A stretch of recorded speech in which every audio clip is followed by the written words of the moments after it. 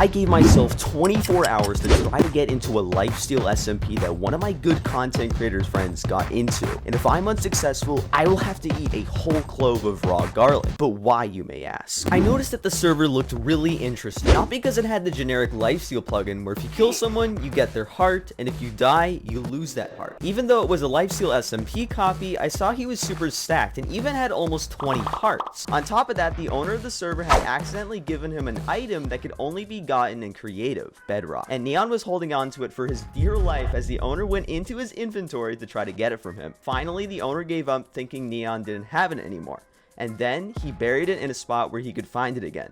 This, of course, presented the perfect trap opportunity, but this wouldn't be possible if I wasn't in the server. And so I decided to ask the owner, not Vixios.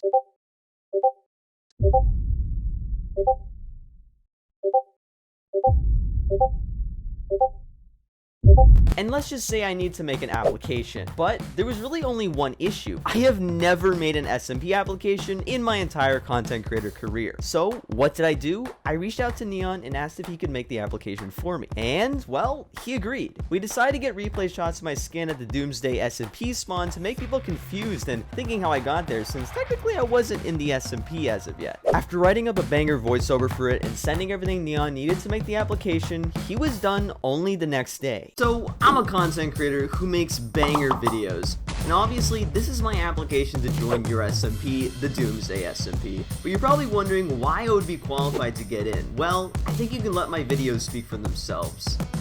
I got a block of netherite! Oh! Wait. Oh! Yeah. Pretty good stuff, eh? Oh, and on top of that, I am always on the grind when it comes to making content. I'm always planning things, whether it's a trap or doing something unique like a survival challenge. And speaking of challenge, I love to challenge myself when it comes to drafting new ideas and making my content stand out. Oh, and you're probably most likely waiting for me to say if I'm a good at PvP or not. So, yeah. I hope you consider me for the Doomsday SMP. Thanks. Great application, right? And remember how I said we wanted to confuse people with my character at the SMP spawn? I mean, it genuinely looked like I was already in the server. Let's just say that people started to notice almost instantly, both from Discord and from the official Doomsday Twitter as well. People from the server were really interested and our plan was working perfectly. If this didn't get me into the SMP with style, I don't know what will. But things got out of hand quite fast. They were starting to think that I somehow got the world file and was going to use it to my advantage. Of course, if the owner believed these claims, this would ruin my chances at actually getting in, so I tried to contact him myself to let him know the truth before things got really bad. Except the owner didn't seem all too easy to contact.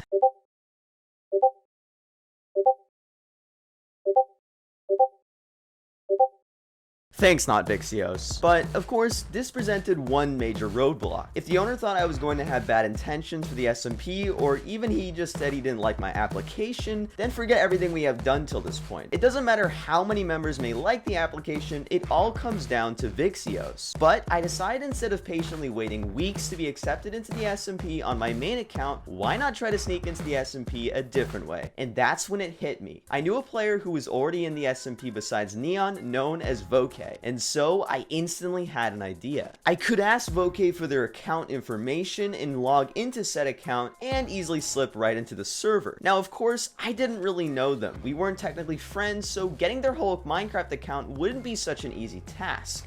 I mean, why would they trust a random stranger they only talked to maybe one time?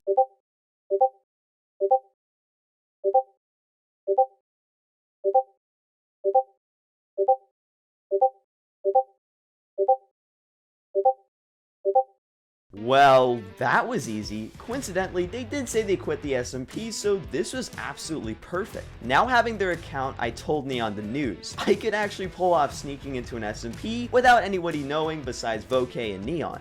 This was gold. Oh, and we're trying to reach 50,000 subs by the end of the year, and you can claim your OG ticket before we reach that number. So make sure to subscribe if you want to have some Tyrad bragging rights. If things couldn't get any better, Neon already had a fully maxed netherite armor for me ready to go, as this was known as one of the deadliest Minecraft SMPs with some of the most deadliest Minecraft players, so we couldn't take any chances with me out in the open armorless. And then I logged on Vokay's account for the very first time the next day. Now it was the moment of truth. I actually got into the server. Vokay's account was still whitelisted even though he quit. I hopped in a call with Neon eventually and we were hyped. Let's go! 2, 1. Neon got me geared up instantly. Oh my god. And he even gave me 3 extra hearts just in case we got into a scuffle. Even though Neon had gotten me some items already, I still needed a max sword and some other stuff in order to protect myself and not get instantly targeted. So should we get you max sword and stuff, or what should we do? Yeah, I think let's follow me. I mean, we couldn't trap someone if I was an easy kill, but Neon had more to give me and he showed me a shulker full of potions. And gave some good PvP materials. And then he led me to a secret base. So this is home. Very high design base. Oh my god, bro, you are like, you have so much stuff. However, he gave me an extra 5 hearts along the way because he told me this SMP had some of the most cracked Minecraft PvPers and we couldn't take any chances. I was missing a few valuable tools, so Neon took me to a base that was owned by a player known as Flame, and he had villagers, so we could easily trade emeralds for enchantment books. And so after a little bit of journeying through the nether, we arrived. But this is when disaster struck. Wait, what the? El Bozo, you really shouldn't have griefed my base. Say bye to your base. Wait. What? Flame was griefed by an unknown player, presumably an enemy, and the person killed all of his villagers. Running out of ideas, Neon asked Marvion, one of the other players on the server, if he had something to sell for us, but unfortunately, he declined. Giving up, of course, wasn't an option. We still had to make a trap somehow using Neon's bedrock, but of course, the question was how.